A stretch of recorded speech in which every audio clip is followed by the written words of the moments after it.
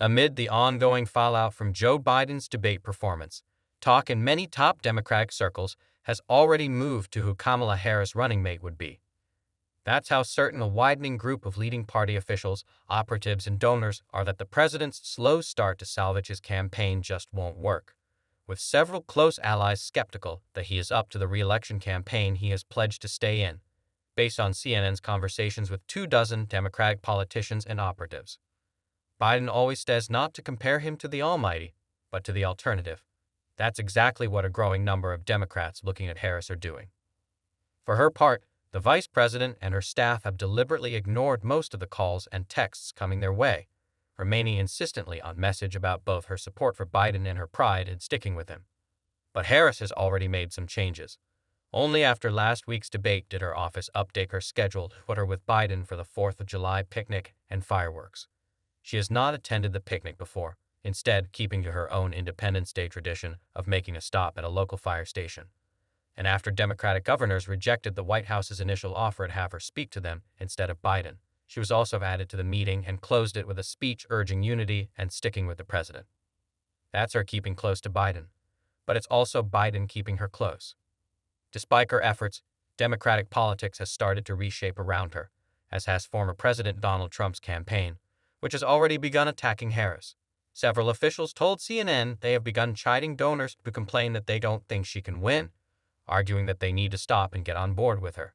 Other officials and advisors said plans are underway to convince Biden to immediately throw his support behind Harris, release his Democratic delegates, and ask them to follow his choice.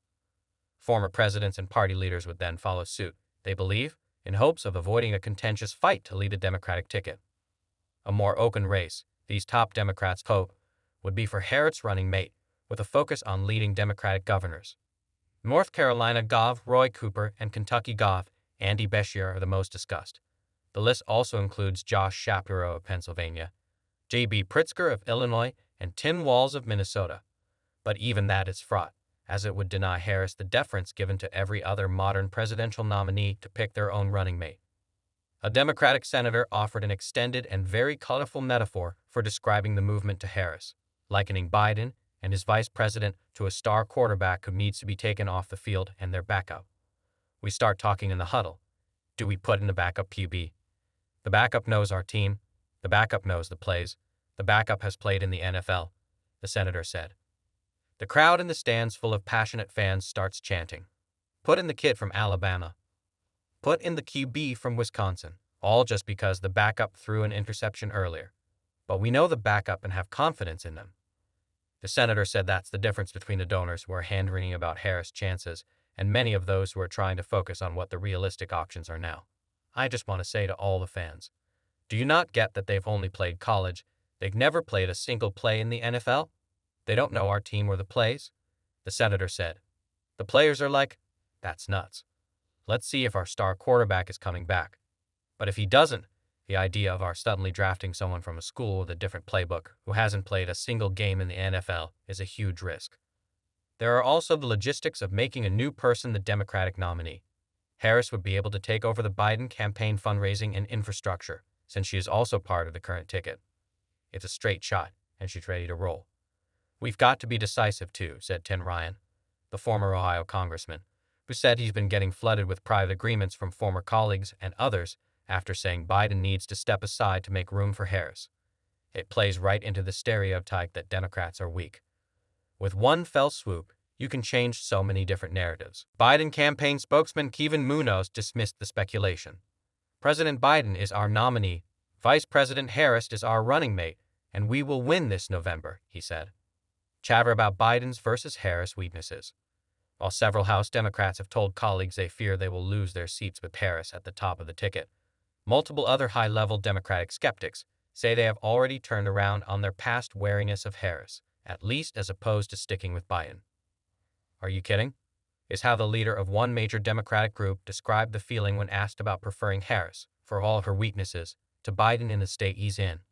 He's in such bad shape, but I've also had conversations with Democrats about her from some key groups that have been skeptical in the past who believe everyone will rally to her if she's the nominee, said a Democratic House member who has long been a Harris doubter. An anonymously written Google document, viewed by CNN, titled Unburdened by What Has Been. The Case for Kamala, written by self-described senior operatives within Democratic political institutions, has been popping up in group chats of Democratic donors and leading coalition groups. It lays out a detailed argument and plan for a campaign. There's one path out of this mess, and it's Kamala, the document reads. Kamala Harris has the strongest claim to Democratic legitimacy. She is the only candidate who can take the reins right now, instead of in late August with less than 3 months left to go. She has significant and widely underplayed electoral advantages. She can win. Still, even that document is full of caveats. This isn't an argument about deservedness or about why you personally should love Kamala. This is about strategy and winning in the face of unimaginable electoral stakes. The anti-Trump coalition cannot afford to discount the strengths of the nominated Democratic running mate and current vice president. She's not the best option. She's the only realistic option to win. Rep. Nanette Berrigan, a California Democrat who supported Harris' presidential campaign in 2019 and is now the chair of the Congressional Hispanic Caucus, said that though any scenario in which Biden isn't running is a hypothetical situation we shouldn't be talking about, she's also observed the turn in the conversations she's been hearing about the vice president. It's nice to see that people are finally recognizing the value of her work and what she brings to the partnership, Berrigan said. Biden's anemic public schedule since his debate debacle has not only raised more doubts about him, but strengthened the case for Harris and for moving quickly. Minnie Timuraju, president of the abortion rights advocacy group NARAL, said Harris already has more credibility than Biden as a leader on one of the Democrats' top issues, and that no matter what happens, you can't win this election without Kamala. As for Democratic doubters, Timuraju said, I don't care if they love her or not. I know I should as an ally on the campaign, but I need them to trust the base of the party. They don't have to like her, but they have to trust that she's getting the job done and saving our democracy. Pushing back on attacks on Harris. Harris loyalists have been frustrated to see the conversation about potential Biden replacements not start and stop with her, but they have been enraged by seeing donors and others talking down her chances, especially with some post-debate polls showing movement toward Trump, and a CNN poll out Wednesday showing that she would be within the margin of error against Trump, 45% to his 47%, in a hypothetical head-to-head. She was ahead of several other potential Democratic replacements. But with panic about Biden metastasizing, it's not just the traditional loyalists who are standing up for Harris anymore. If he stays in, voters need to have confidence in Harris as his running mate and potential successor, said Ezra Levin, a co-founder of the Democratic grassroots group Indivisible. It's foolish and counterproductive to defend Biden by tearing down Harris. Biden has so far retained the support, publicly and mostly privately, of the Congressional Black Caucus. If he were to step aside, though, several members say they expect that support would immediately transfer to her. That would be a point of pride for the caucus, but also one of practicality. There is no winning the election for a Democrat without huge black turnout in places like Milwaukee, Detroit, Philadelphia, and Atlanta, and they don't believe the Democratic Party or an alternative would get there after shoving her aside, especially because none of the other leading contenders are black. I actually don't think that anybody else other than her would beat Trump because of what you'd lose in the base, said Rep. Gregory Meeks, a New York congressman and senior CBC member. Harris preparations for Trump. Harris has considered what it would be like to run against Trump before. In late 2018, over 2 days of sessions with top aides to decide about running for the Democratic nomination in 2020. Among the questions aides pressed her with was what she would do in a town hall-style debate with Trump, similar to the one in 2016 where the Republican infamously stalked around behind Hillary Clinton at times. Harris' answer. She'd turn around and say to him, "Why are you being so weird?" As vice president, Harris has tended to be known more for her word salads than sharp elbows like that. But for months, she had already been on an upswing in voters' minds, which culminated in how she handled Biden's debate performance in the immediate moment and afterward.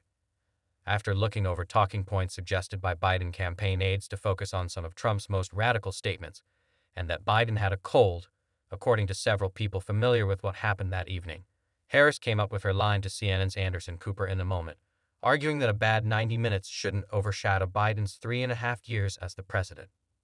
That line, with both its defense and its honesty about what happened on stage, surprised even several close to her with its sharp delivery.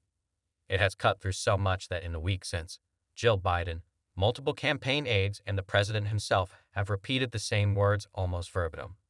Even before the last week of tail spinning, Harris had kept her focus on Trump, with a plan to take on his running mate by keeping the argument about the top of the ticket, making out anyone who would run with him as an interchangeable rubber stamp on his extremist agenda. The president is and will remain our party's nominee, and Vice President Harris is proud to be his running mate and looks forward to serving at his side for 4 more years. Brian Fallon, Harris Campaign Communications Director, told CNN. Running mate options. Much of the speculative running mate conversation for Harris has centered on Cooper, the 2-term governor of North Carolina, and Beshear, the younger 2-term governor of Kentucky. Both, like Harris, are former state attorneys general, and both have won with Republican support. Beshear attended the Biden meeting on Wednesday in person, while Cooper attended virtually. Cooper has a relationship with Harris that goes back years, to when they were both attorneys general.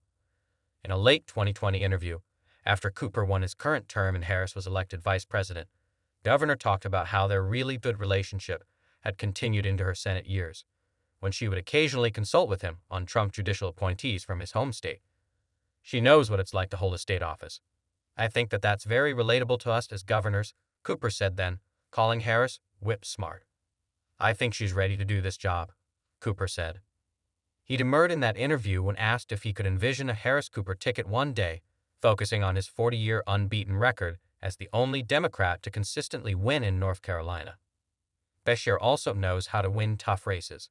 He's won the top office twice in a much more Republican-heavy state, and did it while talking up Democratic values like reproductive rights and looking after trans kids. He's extremely popular in his state and has caught national attention for being young. He's 46 and a smooth communicator who has already this year racked up invites to come speak to Democratic events in Virginia, Montana, and Iowa. Thanks for watching and subscribe for more update videos.